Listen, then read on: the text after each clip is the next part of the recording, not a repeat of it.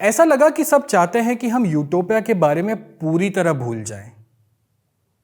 मैं यही सोचने लगा कि सपने सच करने का मौका तो सबको मिला था, फिर यूटोपिया में दिक्कतें क्यों आई?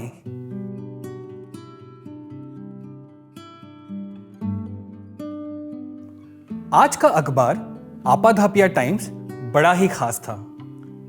इश्तिहारों की सेना से घिरे होने के बावजूद एक खबर ने सनसनी फैला दी। कई विशेषज्ञ इसे मानवता की सबसे बड़ी जीत बता रहे हैं। न जाने कल रात के न्यूज डिबेट में इस पे कोई चर्चा क्यों नहीं हुई। शायद कुछ और खबरें ज्यादा जरूरी रही होंगी। खैर, खबर के मुताबिक वैज्ञानिकों ने एक ऐसी मशीन का आविष्कार किया है जिससे आपके सपने सच हो जाएंगे। जी हां, ये कोई इंटेलेक्चुअल मेटाफर नहीं है। ये मशीन लिटरली आपके सपने सच कर देगी। ड्रीम रोल नाम की ये मशीन बहुत ही जल्द आपाधापी आने वाली थी। सरकार का कहना है कि वो इस पर रेशनिंग करेगी और इसका एग्जीक्यूशन एक कार्ड के जरिए किया जाएगा। बस कार्ड को स्वाइप किया और आपका सोचा हुआ सपना सच।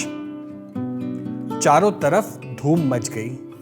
व्हाट्सएप फॉरवर्ड्स की माने तो इसका एनरोलमेंट वोटर्स कार्ड के एनरोलमेंट से भी दुगना था। चलो, अब ये ड्रीमर्स और रियलिस्ट की झिकझिक भी खत्म हो जाएगी, क्योंकि अब सवाल ये नहीं रहेगा कि सपने देखें या ना देखें। सवाल तो ये रहेगा कि भाई कौन सा सपना देखें। इसी बीच एक और खबर आई कि आपाधापिया का नाम बदलकर यूटोपिया कर दिया जा रहा है। अब इसका कारण तो स्पष्ट नहीं बताया गया। कुछ लोगों का कहना है कि यही सही समय है कि आपाधापिया को मॉडर्नाइज कर दिया जाए, पर कुछ लोगों का यह भी कहना है कि चूंकि आपा शब्द से मुगलों की याद आती है, इसीलिए इसका नाम बदला जा रहा है। खैर, यह मसला हम फिर कभी देख लेंगे।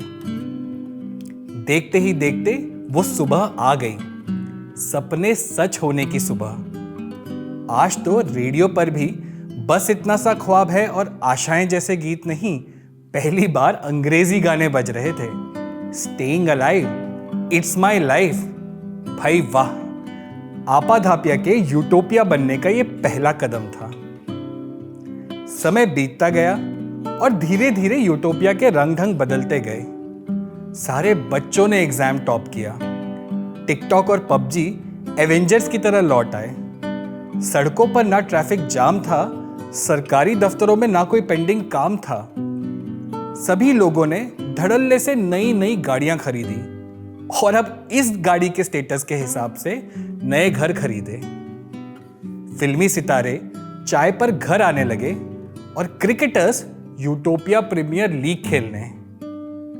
कहा जा रहा है कि अब तो म्यूचुअल फंड पर भी मार्केट का रिस्क नहीं है।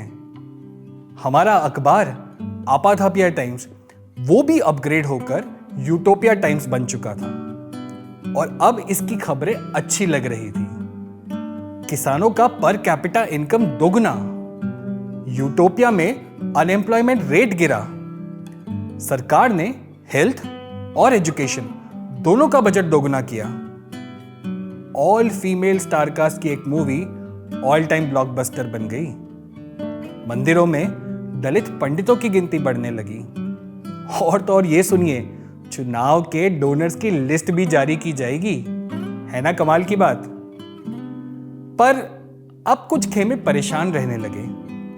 जी नहीं, सपने तो इनके भी पूरे हो रहे थे, पर अब इनके प्रिविलेज पर खतरा मंडरा रहा था और यह बात इन्होंने सपने में भी नहीं सोची थी। मर्द और औरत बराबर, ब्राह्मण और दलित बराबर, सीईओ और पियून बराबर, ये हम कैसे समाज का निर्माण करना चाहते हैं?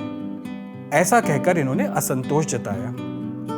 फिर क्या था, इन खेमों ने मामला अपने हाथ में लेने का फैसला किया। जी नहीं, प्रोटेस्ट करके नहीं, वो तो हक मांगने वाले करते हैं, हक ऑलरेडी रखने वाले लॉबी करते हैं।